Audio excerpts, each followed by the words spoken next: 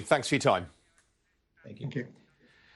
Now, on Monday, the first big step in the lifting of lockdown in England starts. It means all shops can open, along with the likes of gyms, hairdressers and the hospitality industry can start serving again, but only from outside.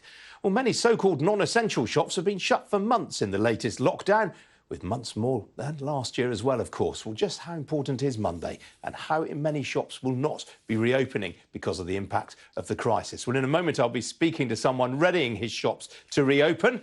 But in the meantime, I can speak to Jace Tyrrell. He's chief executive of the new West End company, which represents hundreds of shops in the busiest shopping area in London, London's West End, and from where I can speak here now.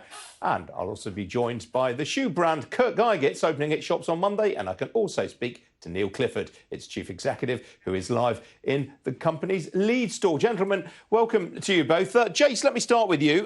What difference is anyone arriving in the West End on Monday who hasn't been there for a number of months? What differences will they notice? Well, I think, look, third time reopening, so we're quite used to reopening the stores and welcoming customers and colleagues back, but still safety measures in place, sanitisation, signage. But I think this time the retailers have really got to spring in their step. Lots of promotions, lots of pop-up, gradual reopening to get customers used to coming back into the centre. And after 220 days of being closed in the last 12 months, really critical, we get the West End fired up again as part of our recovery. I think you're on record, Jace, as saying you only expect footfall on Monday to be around 40% of what one might call normal levels. Why so pessimistic? Well, I think listening to earlier speakers, obviously international travel won't be here for quite some time. The office workers, it will be gradual, but we've already got some good indicators they're coming back. But actually, we want space to move, and we want our customers to feel they've got space. So 40, 50% still allows that good social distancing, the queuing, and that sort of gradual reopening. But it's why we still need the government, obviously, to continue to support our city centres, and why we've called on the government to look at Sunday trading again, particularly for the West End and Knightsbridge here in London, to think about extending that to really help our businesses, not just this year, but also in our global competitiveness moving forward as well, by extending those Sunday trading hours. What sort of extension to Sunday trading are you looking for?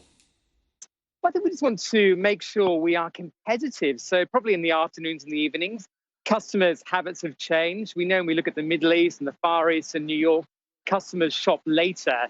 So I think to make sure that us in the West End and Knightsbridge are competitive with those big international centres, we think the government should really have a look at this again, make the international centres exempt, but also help us get that customer demand and spend back, given the really challenged balance sheet that a lot of our West End businesses are facing at the moment. Well, Neil in Leeds, let me bring you in. How's the preparation for reopening going? Oh, it's all good. We actually, this store is a brand new store. We're opening 9 new stores on Monday. So we're super excited. Of the 131 stores we have, which will obviously be opening all of them, 9 will be new. Wow, that's terrific. I mean, how nice to hear a good news story. Well, we believe in the high street. We believe that as long as our landlord partners are happy to share profits, so we pay a percentage of our sales as rent. We don't like to bet the farm on huge rents, but we love to share our profits with our landlords. We're super keen to continue to open stores. In fact, in Leeds, where I was here 21 years ago, opening our Kurt Geiger store, in fact, this one we're in today is double the size, a brand new store. So we're optimistic. Well, best of luck with that. That is really good news. Now, Neil, Jace mentioned just now he thought that there would be quite a few promotions and offers to get people back into the shops. Is that really necessary, given that household spendings have increased to such a huge extent during the lockdown? Well, we won't be having promotions if you mean discounts. I don't think that will be necessary. We'll certainly be welcoming our customers back with amazing products. We've spent a year making sure that we've really upped our game in design. I think that's absolutely key. We've spent also a year giving away over £1 million worth of products through the NHS. So our design and creativity amongst our kindness is what the difference of Kurt Geiger achieves, I suppose. So we've been busy. In that respect, we've had a very constructive, but dreadful, of course, in many respects, lockdown. Well, Jace, Neil just mentioned the landlords hoping to have a fairly collaborative approach with them. It has to be said there are going to be a lot of empty premises in the West End when people come back, aren't there? There are some, but actually there is huge interest from non-retail brands looking at the Debenhams Topshop site, others, and actually that really gives us the confidence. And there's £150 million being invested by Western City Council to really start this about £4 billion of investment coming through the West End in the next few years. So for the medium term, we are optimistic, but we do need the short-term support, whether it's Sunday trading, business rates, which we've talked about before. But I think there is a future for our big city centres. They obviously need to repurpose.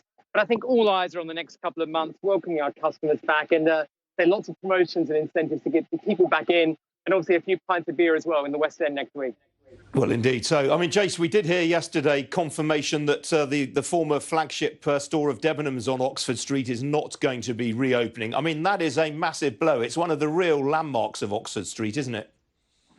Well, I think there's a number of stores along the whole area, Oxford Street and the West End, but actually there is huge interest for that store. So I think we are confident there's going to be a new type of brand, not necessarily retail, that will be coming to Oxford Street. And actually we need to make sure Oxford Street remains relevant as the nation's high street, that we have all types of different customer and global brands opening up here. And I think the planning policy and the infrastructure is in place to really support that. And I think a lot of towns and cities around the UK and the world will look at Oxford Street with interest in the next couple of years to see how we're really repurposing for the future.